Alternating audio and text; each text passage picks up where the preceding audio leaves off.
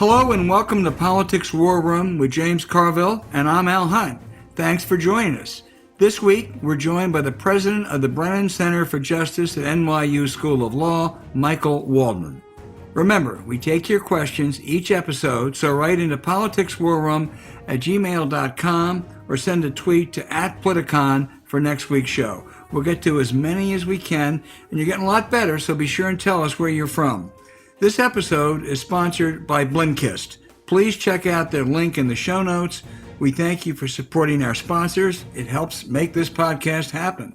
Please tell your friends about us and remind them to subscribe on Apple Podcasts, Spotify, Stitcher, or wherever you get your podcast. Hey, James, as always, a lot to talk about. I want to start with the House Republicans dumping Liz Cheney as the chair of their conference and replacing her with Elise Stefanik. Now, you know, it's a leadership post. Caucus has every right to choose someone who represents them. If, say, a Republican leader were to espouse a big tax increase or embrace Biden's domestic initiatives or champion pro-life causes, they would not represent their members and they should be dumped. Cheney would pass all these tests with flying colors. Her sin? Telling the truth about Donald Trump's big lie about the last election being stolen. He can't admit he's a loser. To a House Republicans, comforting Trump's lies seems to me, are more important than national security, taxes, or anything else. It's a party that wallows in this dishonesty. Let me talk for just a minute and turn to you then about her replacement, Elise Stefanik. As you know, about 5 months ago, I did a bunch of reporting on Elise Stefanik. She's a former Bush White House aide. She came to the House 6 years ago. She saw her future as the co-chair of the Tuesday Group. Now, the Tuesday Group is a small group of moderate Republicans representing really what was once called the Bush wing of the party. Then as Trump began to dominate, just watch Ms. Stefanik. She saw the handwriting and she put those principles in a blind trust. And James, we've seen lots of politicians who have changed positions. Some of it's justified, some of it's political. She's in a league of her own. She became, from the Tuesday Group, remember, she became Trump's biggest defender on impeachment. She became joined at the political hip by right-wing hate-monger Jim Jordan. She even attended the COVID super spreader Trump rally in Tulsa last June. Remember that one? It was the one that killed Herman Cain. And she was one of those 139 House Republicans who fraudulently didn't accept the election results. The Glen Falls Post-Star, this is in her district. It's a paper that had endorsed her, said that she, in championing Trump, she has, quote, compromised her character. That makes her a perfect fit for these House Republicans. Elise Stefanik is going to get a much better press than she deserves in the next couple of weeks. This is democracy in action. You take any poll, you ask anybody, the main thing that Republican voters want from Republican office holders is to protect Donald Trump. That's it. They want that more than they want to cut taxes. They want that more than they want Second Amendment rights. They want that more than anything. The Republican voters, the people that vote Republican in Republican primaries, they want someone to protect Donald Trump. Liz Cheney does not have the support. I think what she did is courageous. This fact makes it even more courageous. The Republican Party, the rank and file, do not support her. That's clear. And, if you're for democracy in action, this is democracy in action. That Jim Jordan, who 6 people said that he knew that wrestling coach was molesting wrestlers, too bad. Matt Gaetz, nothing. Marjorie Taylor Greene, nothing. The Republican base supports all that they care about. They don't care about molestation or prostitution, any of that. They care about protecting Trump, and that's what they're going to get. And she will fit, Stefanik will fit right in. She'll be a natural with the Jim Jordans and the Matt Gaetzes of the world. And James, you're absolutely right. At some point, political leaders, what they're doing, they are championing a big lie. It's not that they're championing tax cuts that you and I may think are not very good. It's not that they're championing gun laws that we think are dangerous. They are championing a big lie that imperils democracy. It really does over the long run. And at some point, some leaders have to stand up to them. But it ain't going to happen anytime soon. They're not going to stand up because the Republican voters, they're giving Republican voters exactly what they want. It's just what they're doing. They're not doing anything. This is democracy at work. Well, Representative owes more than just to follow his followers. But anyway, it's not going to happen. Let me turn to another one. Rudy Giuliani, under threat, I think it's fair to say, of indictment. He's employing Donald Trump to help him with his legal fees here. The middleman is ex-con Bernie Kerik. The Donald, James, he's not very generous in helping others. But maybe he'll find a way to be generous for Rudy, you Well, think? I think it's back legal bills that they're talking about. Of course, Trump never paid Rudy, and Rudy was charging him $20,000 a day. Well, why don't you charge him $100,000 a day? If you're not going to pay anybody, charge anything that you want to charge. And he can't pay his current legal bills unless he gets his back bills paid. Am I correct that he's a convicted felon? Yeah, exactly. He fits right into this crowd. And what he's basically saying is that if you don't pay up, because Rudy's going to, it's hard for me to see how he does not get indicted. I mean, that search warrant had to be so airtight, so gone over, so reviewed, so backed up. And he's saying, if I get indicted, if you don't pay, obviously the guy, there's only one person that Rudy can use to save himself, and that's Donald Trump. And that's what that is a out and out threat right in front of him. You got Bernie Kerik, and there are a very felon, few telling, talking on behalf of Rudy, who I think is soon gonna be get that moniker, to Trump, who don't pay anybody anything, and they collected $250 million, since November 3rd. And it's all going in Trump's pocket. Well, some of it's going, I would say, all in Trump's pocket. Some of it would be going to Jared, Ivanka, Don Jr., Eric. They spread the cash around pretty good bit. Well, I don't think there are very many people, if any, who probably have as much bad stuff on the Donald as Rudy Giuliani. And what we know about is Ukraine and a few other things. My guess is that isn't all. There's a lot more there. I mean, Rudy was his go-to hatchet man for a lot of things, and Rudy a long time ago stopped being a right. real. Don't forget lawyer. Lev Parnas, another guy, the Fraud Inc. guy. Right. I mean, this whole thing is a felonious freak show. Well, they certainly are going after Rudy on not registering in the Foreign Lobbyist Disclosure Act. But that, I suspect, is the mildest thing they're looking for. What they're really looking for is bribery. What they're really looking for is what kind of clients he had in Ukraine when he was the lead man in ousting the very qualified ambassador, and looking for much, much bigger stuff. The foreign lobbyist is just like going after Al Capone on income tax evasion. Right. When I should say if, but I think it's more likely that they will indict him. I don't think they're going to indict him on kind of, I don't think it's nitpicking, but I don't think they're going to indict him on technical violations. I think they got something else they're looking at, much more significant. No, and it's his former office, the United States Attorney's Office in the Southern District, that's doing that. There's certain justice. Yes, there is. And believe you me, I'd be stunned if Merrick Garland himself didn't read every word of that search warrant. Well, either Garland or someone who was very close to him who he trusts. Right. I mean, that thing. If I'm Merrick Garland, I say, I want to see that. Okay, I want to go over this line by line. And a lot of times they'll put based on information, belief, or something that ain't going to get it with this. I bet you that judge made them, sit down and go through every sentence in that application for that warrant. I'd be stunned if that didn't happen. Speaking of Merrick Garland and the Department of Justice, there was another big story this week that a very respected federal judge, Amy Berman Jackson, has accused Donald Trump's Attorney General William Barr of deceiving the court and Congress about the department's decisions on Donald Trump's obstruction of justice and Barr's duplicitous, politically charged characterization of the Mueller report. This is a big deal, James. It mightn't open doors to one or two other skeletons. I appreciate it. You probably follow this story a little closer than I do. We're going to actually get released all of the internal deliberation that went on in the Justice Department. Yeah. If this turns out to be what I think the judge was implying, is going to be, it is potentially very damning.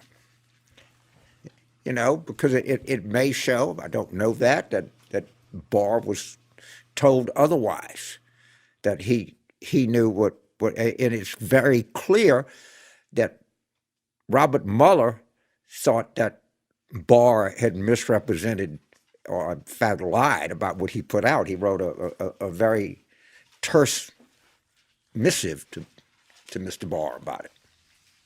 It's not in character with him. So this story has got a ways to go. And I think the judge noted that he put out that statement Barr did on the Mueller report. It's almost certain that he didn't read it before he put it out. This was just coming to Trump's defense. And James, I hate to say this, but he really did set the predicate there. What Barr said that day really became very much part of the agenda, I think, to the great benefit of Trump. I don't even think he read the blink list version of it. Well, I hope he's a blinkless. No, he's too stupid to be Listen, I blinkless. don't have a terribly high regard for Attorney General Barr, but if he doesn't get blinkist, I have even a less regard for him, I want to tell you. I'm telling you, man. I don't think he looked at anything. I think he had made up his mind no matter what. He was going to take anything he could to say it. But as you know, our friend and to say the least highly competent Walter Dillinger thinks that it's almost a slam dunk obstruction case in there. And Walter does not take the view that the Mueller report was disappointing or harmless, that there's actual evidence in there of very hard crimes. And Mueller made clear to say they put it in and they preserved that evidence in case in the future they wanted to pursue this. So let's see when this breaks out, but there's some chance that they could indict Trump for obstruction of justice. I don't think Biden really wants to, but let's see what the internal deliberations were like in the Justice Department. It could have been a big contest with the U.S. Attorney's Office in New York about indicting him first. So he's got more than a few legal problems, as does his former counselor. Attorney. Yeah. James, what else on your mind? Well, okay. The Liz Cheney thing, it's the Democrats ought to use this to reinforce what I've talked about before, and we've talked about the Jim Jordan stuff, the Matt Gaetz stuff, the whatever thing, and that she's a victim of selective anger. And I think that it's probably not good for Liz Cheney's politics, but why her and not them? Now, we know the reason why, but make them say it. Well, Pelosi put out a big statement right before we began this podcast on that very point, really going after Republicans on both what they did to Cheney and Stefanik. Right. But I want to talk about, if they use, when you get the floor, they should talk about other things too. That's all I'm saying. Just keep driving that message home. Yeah, I agree. Just the final point. I mean, I guarantee you, knowing my business, the press is going to give Stefanik, a pretty good ride the next couple of weeks because she's smart, she's shrewd, she's a young upstate New York woman, and she is totally without principle. And I hope that latter point is stressed as much as the former point, but I rather doubt it's going to be.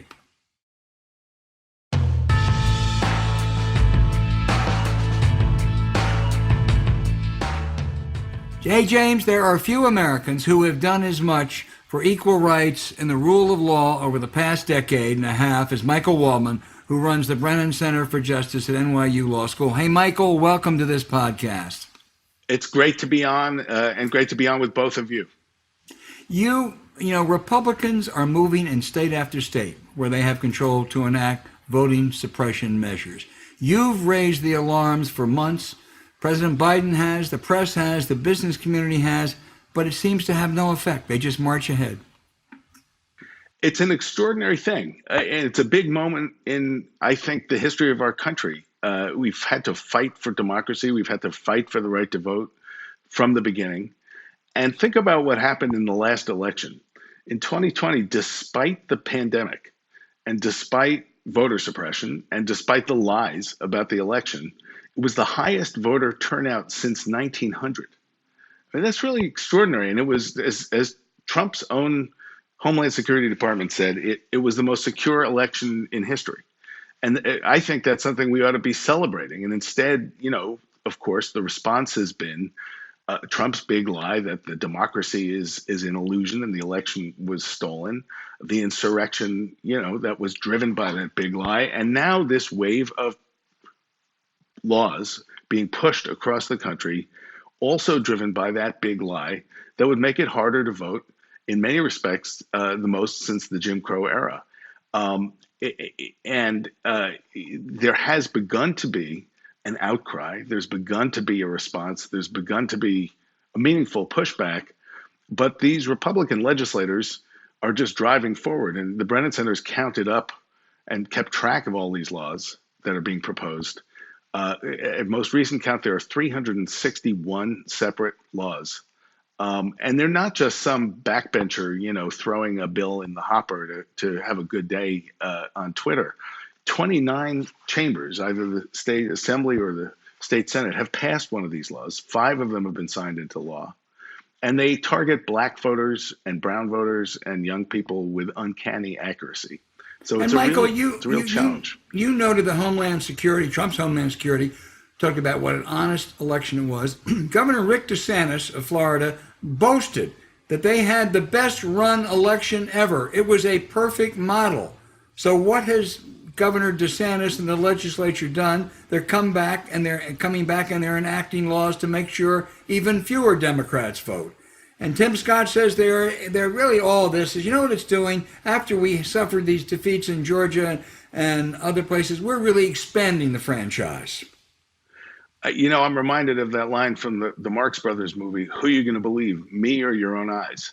I mean, in Georgia, first of all, until a day or two before they voted, the Georgia legislation was even worse. It basically would have eliminated vote by mail for anyone under 65, because people over 65 are more likely to be conservative or white. It ended early voting on the Sunday before Election Day, which is the day that black churches organized their souls to the polls. I mean, it was just very precisely targeted. There was the beginnings of an outcry there, and the Republican lieutenant governor of Georgia refused to preside over the state Senate if they were going to vote on that bill. So they trimmed it back, and it's not as bad. It is just as targeted. And of course, it has these things taking away the power, for example, from the Secretary of State or from the counties to decide who wins an election in Georgia, and gives it to the legislature. And then they signed it under this oil painting of a slave plantation. So they're not really fooling anybody. They can't help themselves. Michael, that provision, I think, is the most pernicious. I think that's the one. I mean, you might be able to educate people. You might be able to work on some of the absentee ballot stuff. But that one, that means, just again, to elaborate on what you said, it means the election board, controlled by the state legislature, can replace the Fulton County, the Gwinnett County, election officials and put in their own person, who then decides what were the legitimate votes or not. I mean, there's no way in the world that's not going to produce a fix. And we did have in Georgia the Secretary of State, Brad Raffensperger, who, we at the Brennan Center have fought with a lot over the years. But he actually, when the moment came, stood up to Trump and actually ran a fair election. And they had multiple recounts that confirmed it. Florida, too, as you say, they used to brag accurately that the election was pretty smooth there. In Arizona, sooner or later, the Republican officials said, well, actually Biden won. I hate to say it, but Biden won. And a lot of what these laws would do is to try to change the rules enough so that it'll be that much harder in future elections for Democrats to win if they actually get the most votes. James. So Michael, on the off chance that somebody doesn't know exactly what the Brennan Center is, why don't you tell our listeners, what is the Brennan Center? What are you about, and what is it that you do, and why should our listeners trust the stuff that you're saying that comes out of the Brennan Center? Well, thank you for asking, James. So the Brennan Center is a nonpartisan law and policy institute. We work to strengthen, to reform, to defend the systems of democracy and justice in this country so they work for everybody.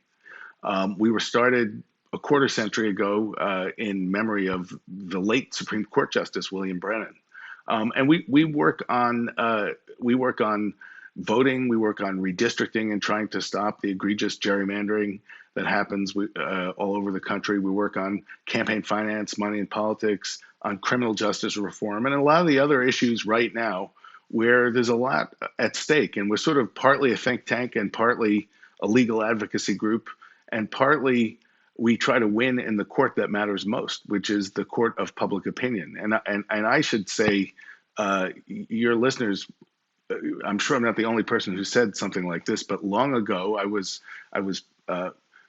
later on, I was President Clinton's chief speechwriter, but I learned much of what I know about politics and about many other things from James when I had the privilege of working in the war room in Little Rock in the 1992 Clinton campaign. James, you had a confidence that real people actually cared about real stuff. And if you talk to them in a frank way, there are no issues that are for the experts alone. That there's a majority out there for these goals if we're willing to talk to them. So we try to do that too. Yeah, thank you. You're swelling up an old man's heart with pride here. So let's say we have a rerun of Georgia in 2024. All right, so the Democrats, Joe Biden runs and he wins the state again. God, but 11,800 votes. The legislature is the Secretary of State still count the votes? Does he count and then they come in, or how is this going to work? He's no longer on the committee that decides who won. He can take a vacation, I guess. It's a little hard to know. Who is going to count the votes? Is somebody going to come in and say this is Forsyth County and this is what we got? It's very messy because it's the counties. As you know, we don't have one election in this country. We don't even have 50 elections. We have thousands of elections. Counties and localities are tallying these things up, and both the counties and the Secretary of State have been cut out of the final decision. I guess what might be the case is that you'll get the numbers in from those, governmental bodies, and they'll be tallied up. But if it is really necessary for partisan reasons, I guess they'll just say, well, we're not counting those numbers. We're going to count the numbers we want and decree a winner. And there's a lot of times we're very involved in constitutional litigation, and you see these notions that are really made up or really kind of off the wall ideas that's. If they're pushed hard enough, they start to take on a life of their own. And that's what's happening here, not just in Georgia. It's this notion that somehow what the framers wanted, what the founders wanted, was to give unlimited power to state legislatures, that they loved state legislatures so much and they wanted to give them the unlimited power to do stuff like this. And I've had the chance in books I've written and stuff like that to actually look at the notes from the Constitutional Convention. James Madison, in particular, wrote the provisions of the Constitution that govern all this precisely because he knew that state legislatures were going to try to rig the rules to do what we would now call vote suppression or gerrymandering. They didn't have those words then. Elbridge Gerry was standing there, so they hadn't invented that word. But the idea that state legislatures are these disinterested Mount Olympus figures, much of the Constitution was designed to make sure that they didn't abuse their power. So that is what would happen, I suspect, in Georgia and other places too. So as I appreciate history, founders gave the state legislature the right to elect United States senators, and that stayed in force until the early part of the 19th century. So that's a constitutional amendment. That's in the Constitution. So what the Georgia legislature is saying essentially is that we're going back to the old, before the constitutional amendment, and we'll decide who is elected to the United States Senator, which would strike me as a kind of a tough thing even for Alito to get around. It's you would think, and a lot of these conservative justices like to say that they're just following history and following the text, but it often mysteriously coincides with the Federalist Society's, position papers of the week before. Yeah, and the text is They changed from letting the state legislature pick to having the people pick, and now they want to go back and have the state legislature pick, which is in violation, And at least in my own experience, it's violating the Constitution. and there's a provision called the Elections Clause, which says states legislatures can set the time, place, and manner of federal elections, but Congress can override them and set national rules. And the reason, again, that they put that in there was because they knew it was important that there be national standards, and because they knew that, they talked about factions. This is what they meant, that they would try to rig the rules in their own favor. And, the other part of this as a political matter that's really fascinating, I think, in 2021, it's a great clash right now. You've got these Republican-dominated state legislatures rushing forward to pass these laws. As we know, Georgia passed their law. It's drawn a lot of criticism from the business community and elsewhere. Florida just passed a law. Texas is next. They're pushing it. And Arizona, they're pushing it. And other places too. And that's what's happening in the states. At the same time, there's an opportunity for Congress to act and to pass federal voting rights and democracy legislation. And the thing folks, I think, are coming to realize is these bills, the For the People Act, S1, HR1, as it's called, would stop the voter suppression wave in its tracks. It would stop it cold because Congress has the power legally and constitutionally to do that. The question, of course, is does it have the political will? And it's a tough fight. But that's the great clash that's going on, and it will affect not just right now. It'll affect the 2022 midterm elections. It'll affect redistricting, which will set the terms of all these districts for the next decade. And of course, it'll affect the 2024 election. And as you said, their goal is to shrink the electorate. They don't want all these people voting. They don't want all these new voters voting. They don't want people of color voting. And that's what this is about. Let me just stay on Georgia for a second, Michael, to make sure that I have this right, because after dumping the Secretary of State, they have the legislature controls that election board. And even before the election, as I understand it, they can go in if they get complaints that aren't hard to get. They can go to Fulton or Gwinnett County and they can suspend those election officials and put their own person in there. So even before the vote comes in, they can play games. Is that right? Yeah, and think about that crazy period after the election when Trump was still as he is now, but was out there saying he really won, and trying to put pressure on state legislators to act. And there were a bunch of ways in Michigan and Pennsylvania and in Georgia and places like that where they were trying to put pressure on local officials.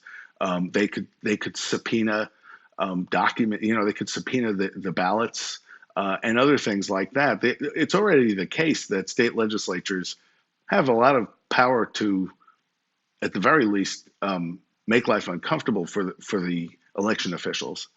But they didn't go all the way, and they were standing in the way. In Georgia was this conservative Republican Secretary of State, Brad Raffensperger, who ultimately oversaw the process, who said no, this election was fair, and Trump lost.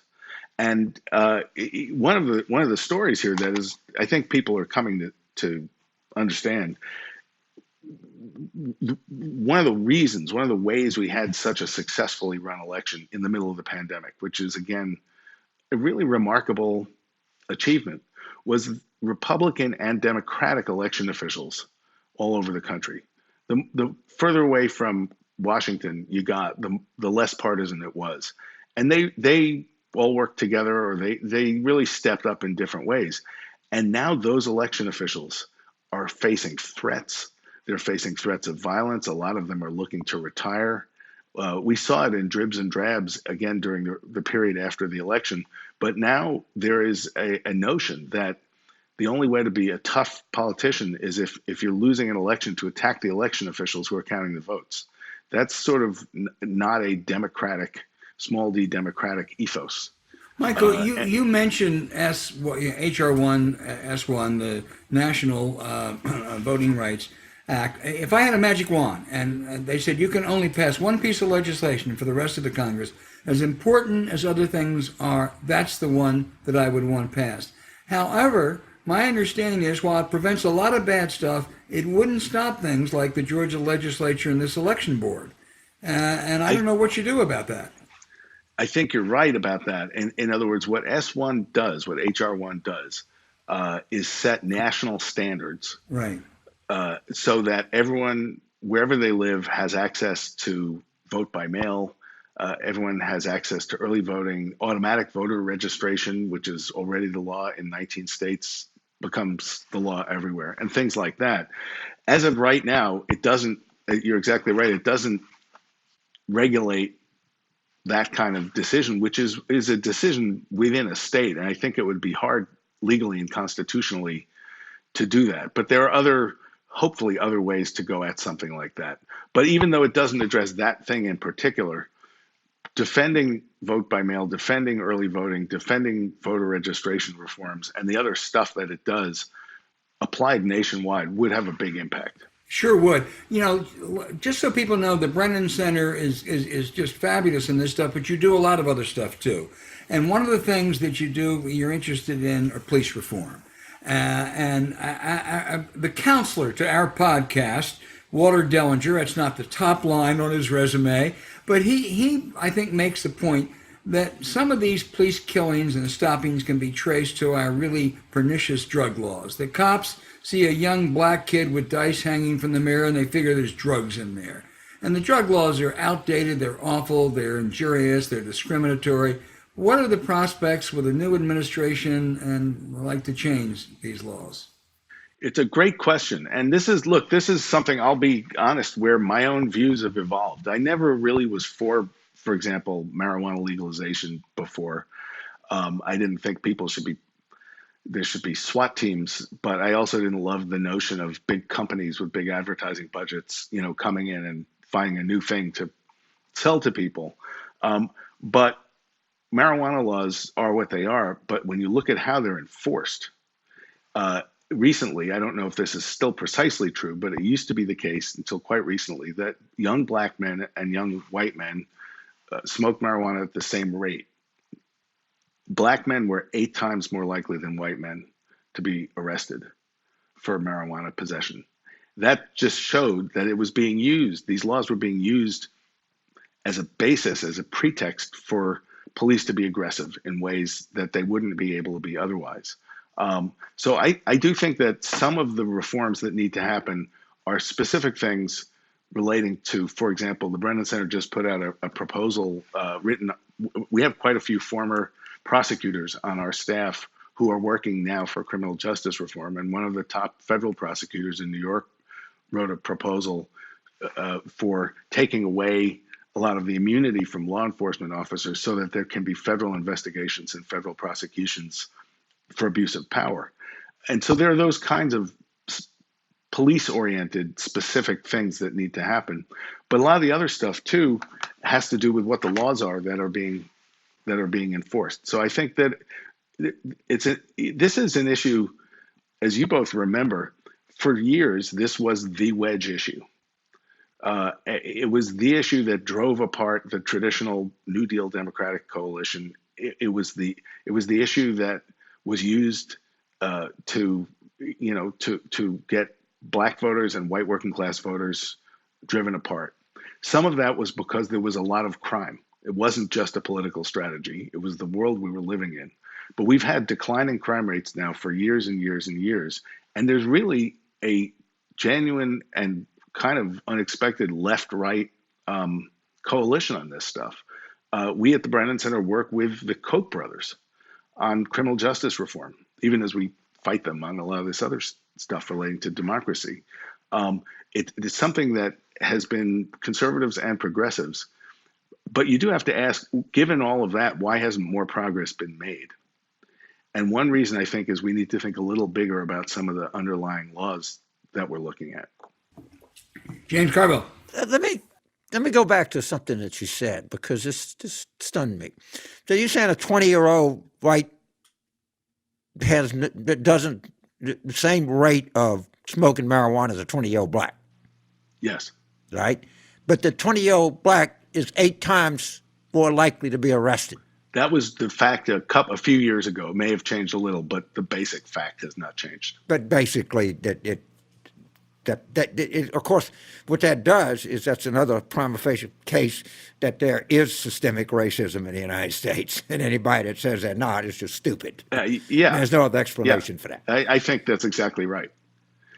So Michael, tell me what this bullshit that's going on in Arizona, because I don't understand it. They having some firm, a private firm, is going to recount the votes. What is this So, stunt? they keep searching for some proof of some misconduct somewhere. And every time they do it, it's like when they opened up Al Capone's vault and there's nothing there. And so, remember, they had multiple recounts in Georgia and discovered that the election machines had tallied it exactly right. So now in Arizona, in Arizona, run by Republicans, where the legislature and the governor had said, well, Biden won. And Senator Mark Kelly won too. The state is changing.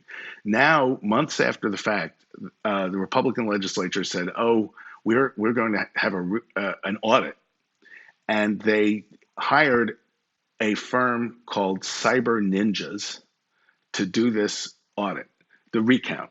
And when people in my office at the Brennan Center said, "Oh, they've got the Cyber Ninjas in there, they're going to do the recount," I said, that's a pretty good nickname to give them, but really, what's the name of the company that's doing it? And that's the actual name of the company.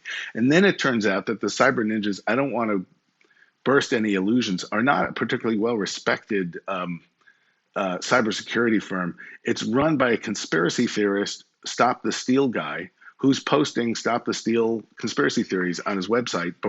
That's his qualifications for doing it. And of course, the scary thing is now they've got our ballots. So this is presumably they're going to turn up some finding that says, "Oh, look, what do you know? It turns out Biden didn't really win the state." And I can, from everything any of us know, it's going to be bogus nonsense, and we can expect that some people will say, "See, this proves that Biden is really not the president, that Trump is really the president," or so on.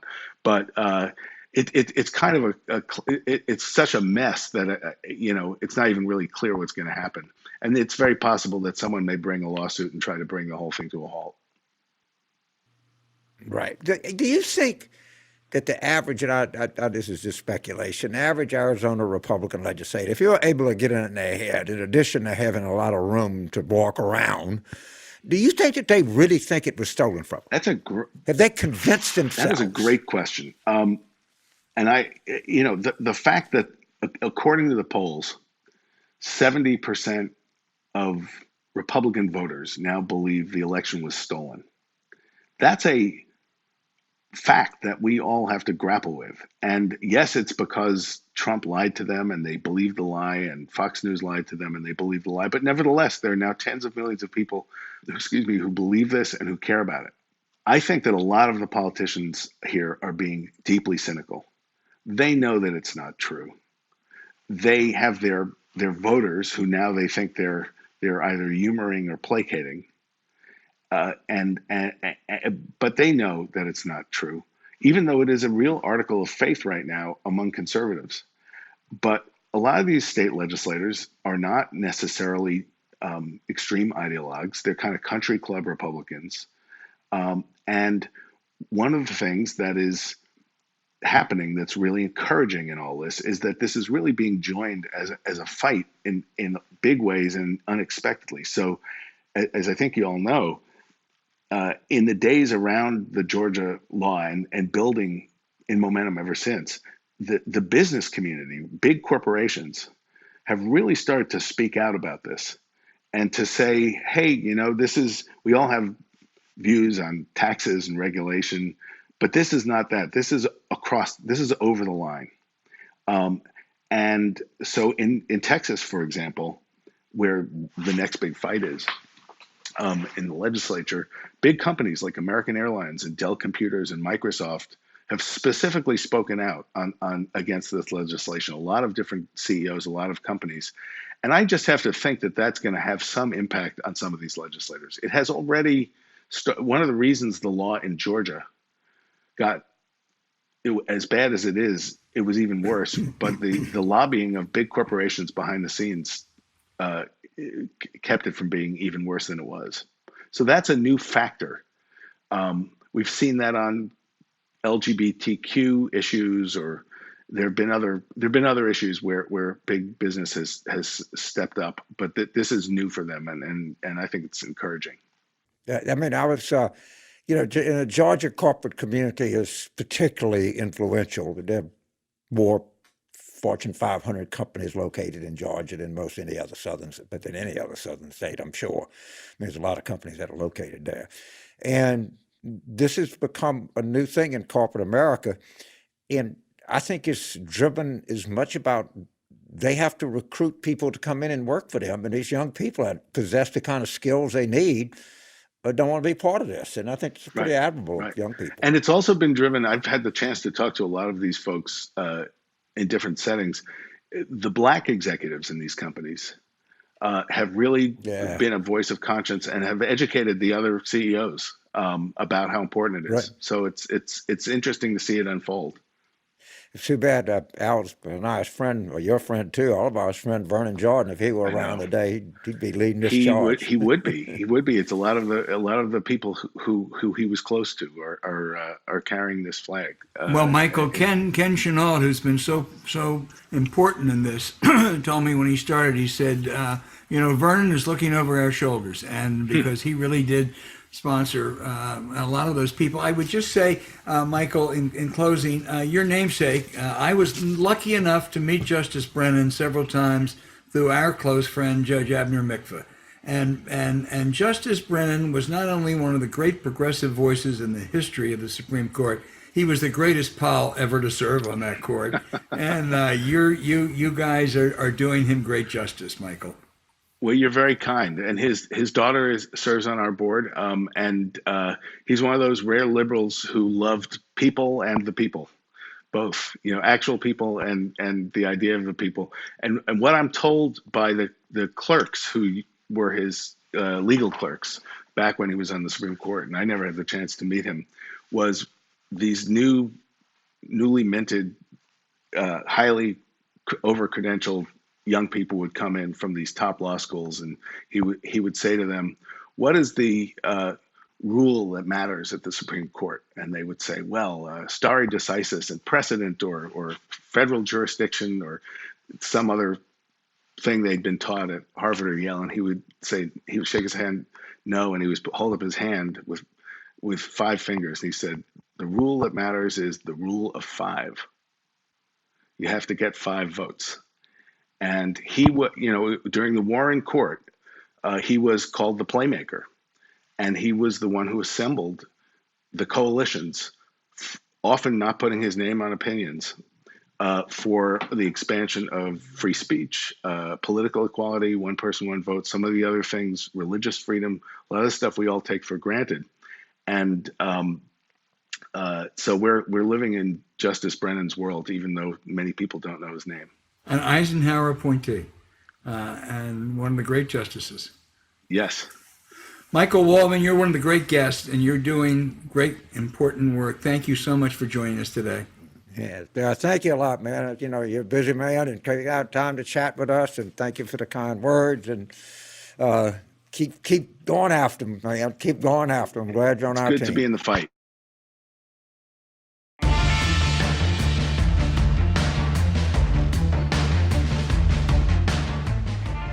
Okay, James, now to the segment we love, questions and answers.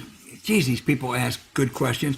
And it's only fitting that we're going to start with Red from New Orleans, Louisiana. And Red wants to know, since Biden plans on pulling us out of Afghanistan, would he hypothetically have cover to cut the military budget? Simple pitch. We have one less war, we can spend less money.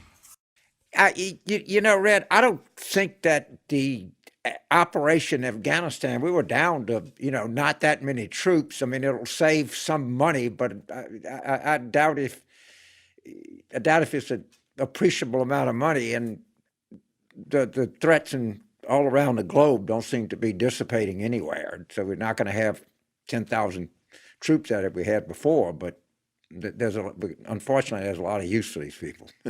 Yeah. I agree with you, James. And defense, the military-industrial complex hasn't suddenly gone soft. How much sunken costs we have in Afghanistan? And talking to Michael, I'll go on these rants about how we lose wars. One war we lost bad was the war on drugs. It had a lot of casualties in that. Yeah. I mean, a lot. That was a shooting war. We fought drugs and drugs won. Yeah. We fought Afghanistan, the Taliban, and they won. We fought the Iran and the Shias in Iraq, and they won. We don't win shit anymore. Hey, James, Michael in Albuquerque, New Mexico, asked a good question. He said, is there any glimmer of optimism about how the census data will be used for redistricting? Texas is gaining 2 seats, probably try to gerrymander, same for Florida's new additional seats. Northeast states are losing seats. Democrats have an uphill battle, but is this census data as bad as we have made to believe? No, it is not, Michael. The census data is not bad. First of all, the so-called red states picked up, a couple fewer seats and electoral votes than expected. But if it is an honest redistricting, the census would help Democrats. All the gains in population in North Carolina, which gains a seat, or the vast majority, are in Raleigh and Charlotte. So if it weren't for a right-wing Republican legislature, which controls redistricting, that extra seat would be a Democratic seat. In Texas, our friend Professor Murray at University of Houston says over 80% of the growth since the last census has been among non-Anglos.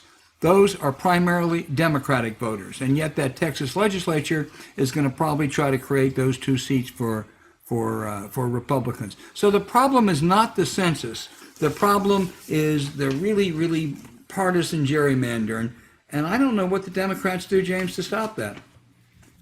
Honestly, I'm Admiral Stockdale. I'm out of ammo on that because they're going to do it, and the courts are going to let them do it. And it's going to be where the Democrats are going to have to win the popular vote in the House by some god-awful number to maintain control. It's not a good situation. Well, S1 would help. I mean, if they pass that, would help a lot. That would help a lot. Hey, James. And I think we're going to get it in some version. I do too. I think there's going to be a Joe to Joe talk, Manchin to Biden, 2 guys who I think in their 70s who can deal. But, maybe I'm being too optimistic. James, you'll love the next question for you. Donald in Reno.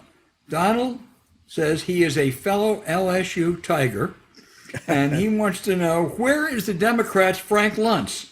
He coined the death tax and many other Republican talking points. We flounder about with defund the police and other wokeness. Can't we get somebody to do this? And that's very similar to what Bill in Stratford, Connecticut, who says that, has Biden achieved the level of direct plain language, and we are getting away from some of this crap we engaged in before?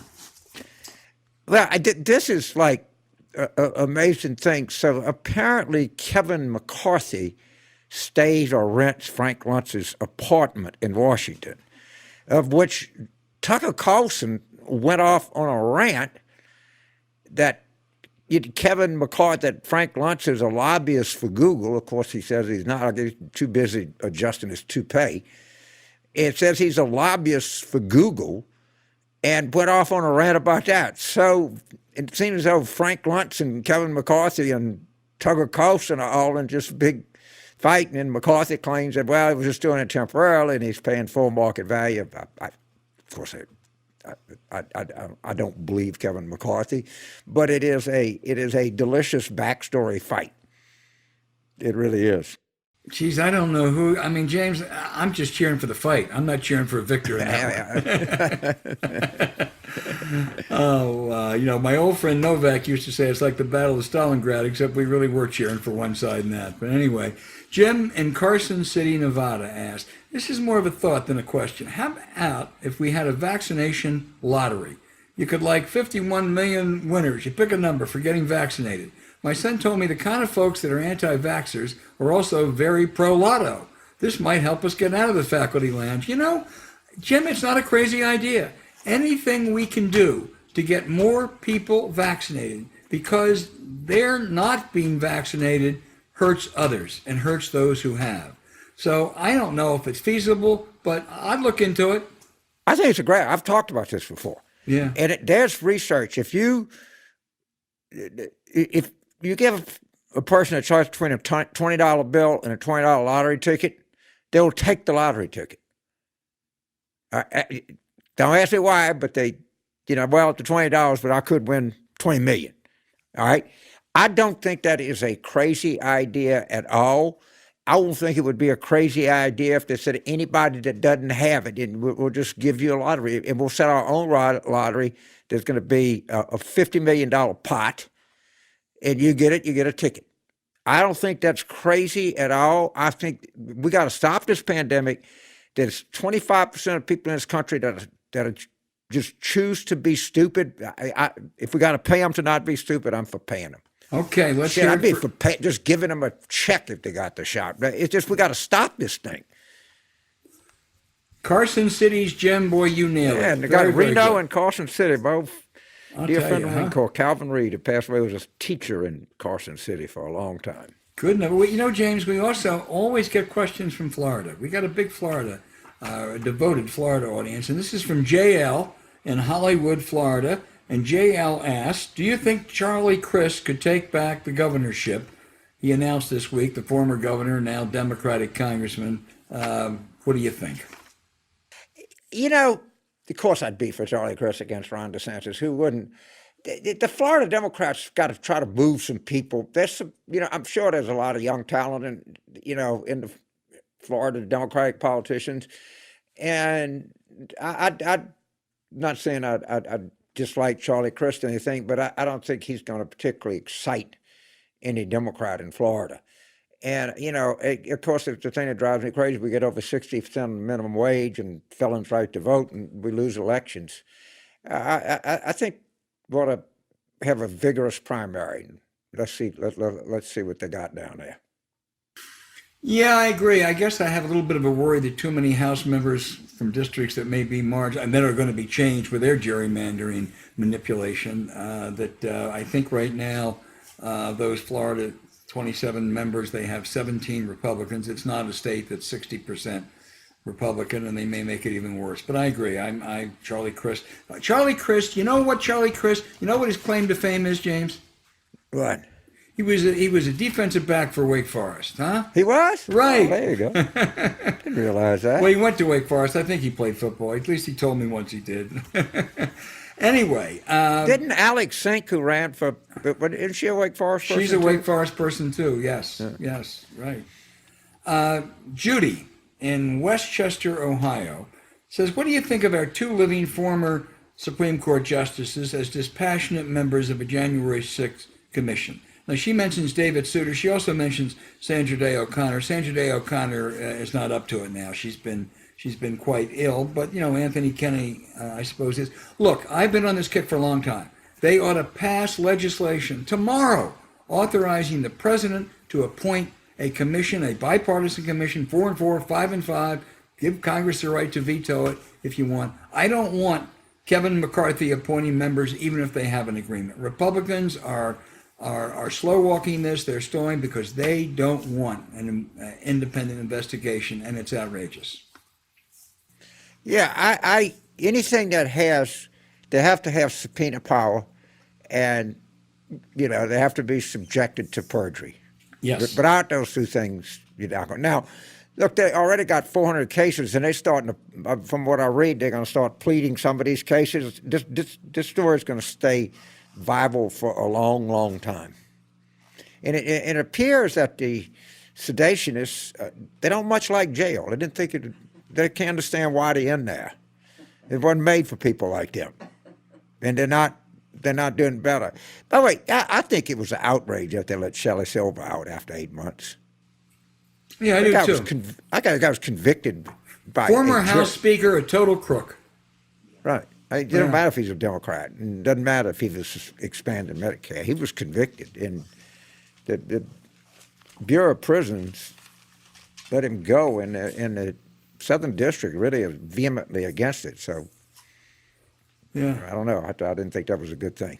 Well, it's not finalized yet. I mean, it's still under appeal, right. I think. So we'll see. James, you got one more question. This is the kind that I like. Aaron in Little Rock, Arkansas. It says, as a 32-year-old, 33 on Thursday, happy birthday, Aaron. from Central Arkansas. How do we move towards better and more progressive representation on the state and Fed levels? And I'm sure he's talking about his state, which when James got into this was a Democratic state and now has become so red. Yeah, I think the reality is that Arkansas is gone for the foreseeable future. I mean, that whole Tennessee, Arkansas, Oklahoma, Kansas belt, I mean, sure, we could Mayor Little Rock, Pulaski County or something like that, but you just got to keep pushing, but I wouldn't expect great results anytime soon.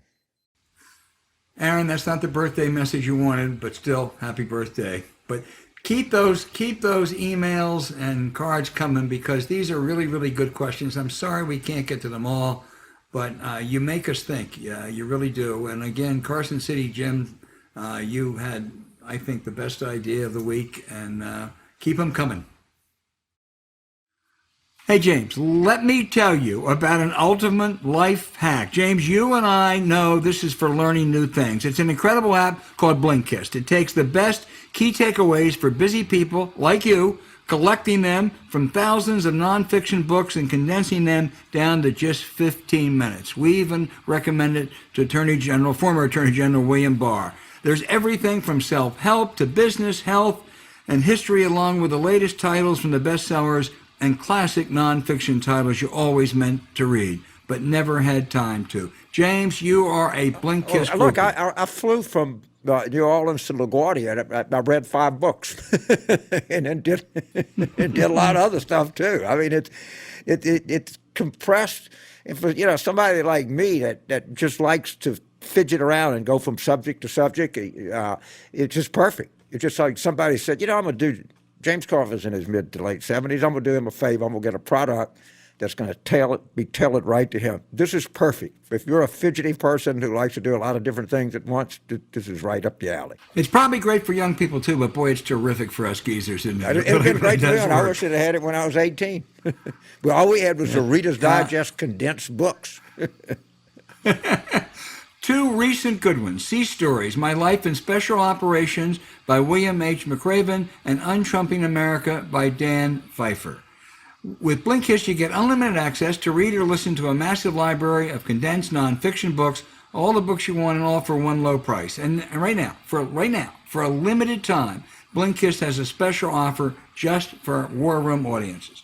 Go to Blinkist.com/warroom to try it free for 7 days and save 25% off your new subscription. That's Blinkist, spelled Blinkist, Blinkist.com/warroom, all one word, to start your free 7-day trial. And you also save 25% off, but only when you sign up at Blinkist.com/warroom. You also can look for the link in our show notes. Go Blinkist.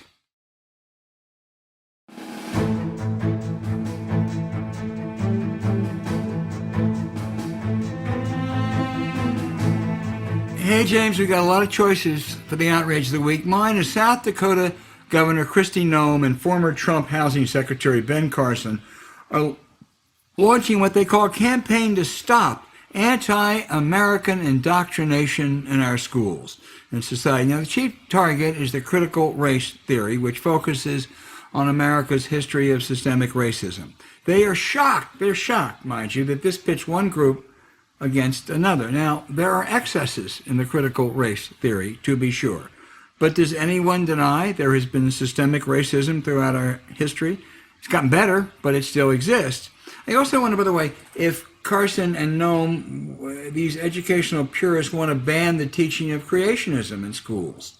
But most hypocritical of all is their outrage that Democrats and liberals are trying to pit one group against another. Imagine that, James. These 2 sycophants of Donald Trump, who specializes in peddling hate and pitting people against one another, the big lie, election loss being only the latest.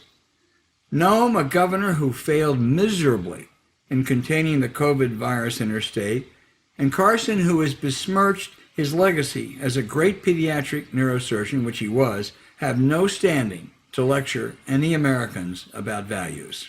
Well, there's no systemic racism. All right. The chairman of the Louisiana State House of Representatives Education Committee, the chairman, suggested in questioning a witness that they should teach the good parts about slavery. Well, there's no systemic racism as long as the state legislature is not part of the system. If the state legislature is in the system, then there's definitely systemic racism. I mean, what are we arguing about here? I mean, you can't be any stupider than that. And like there was some other Republicans said, no, don't say that. That's not a good idea. Somebody else, James, said defended the 3/5 clause. They defended the 3/5 clause. That just showed what big-hearted people we were. So that is the most asinine thing I've ever heard, is that there's no systemic or institutional racism in the United States. Of course there is. No, I mean, it's right in front of you. Every day you come with more and more evidence. Yeah, I love the 3/5 clause debate. That's just, if it wouldn't be such a tragic history that is ongoing, you should not laugh about something of that nature. But these people are that goddamn stupid. All right, and the only thing I'd add, I kind of have two this week, but people should watch the John Oliver vaccination piece and how stupid Joe Rogan and Tucker Carlson are, and how stupid that 25% of America. And I've read this piece of Derek Thompson, who's a good science reporter for the Atlantic. I don't know him, but he seems like, and everybody is going out of their way to defend these people. They don't need defending. They're fucking stupid. All right, they choose. Maybe they have a 185 IQ. All right, I can't tell you somebody. They choose stupidity. To some people, it's just an active choice. I want to be stupid because there's 150 million people that have had these vaccines, and they all have something in common. They're all walking around breathing. All right, I'll take that back. 7,200 people out of how many million? That Dr. Lena Wen, who's I think she's like Johns Hopkins. She's very good. She says the effective rate is, the breakthrough rate is like 0.008% in the real world. These are not good vaccines. These are not great vaccines. These are stunning vaccines. Stunning. And the fact that you got people in positions of influence, Tucker asking every stupid question. He said, well, he has a bunch of questions. Actually, there's an easy answer to every one of them. To every one of them. So yes, it's just so dumb, the whole thing. Let's watch good point. Let's watch the John Oliver segment. Anybody who had be sure that you watch that. It's his latest thing on vaccines, and it's really good. And I don't know what to say. Yeah, I have contempt for Tucker Carlson now. I didn't always, and he's just laughing, I'm afraid, all the way to the bank. I don't know. He used to. He was a friend of mine. I don't know what. I think he feels himself that he's the truth teller to working class white America. I have no idea. But why don't make up all the stuff you want, but don't get people sick and die and anything like that. That makes no sense at all.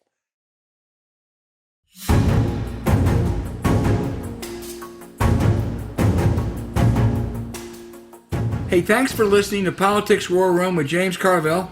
I'm Al Hunt.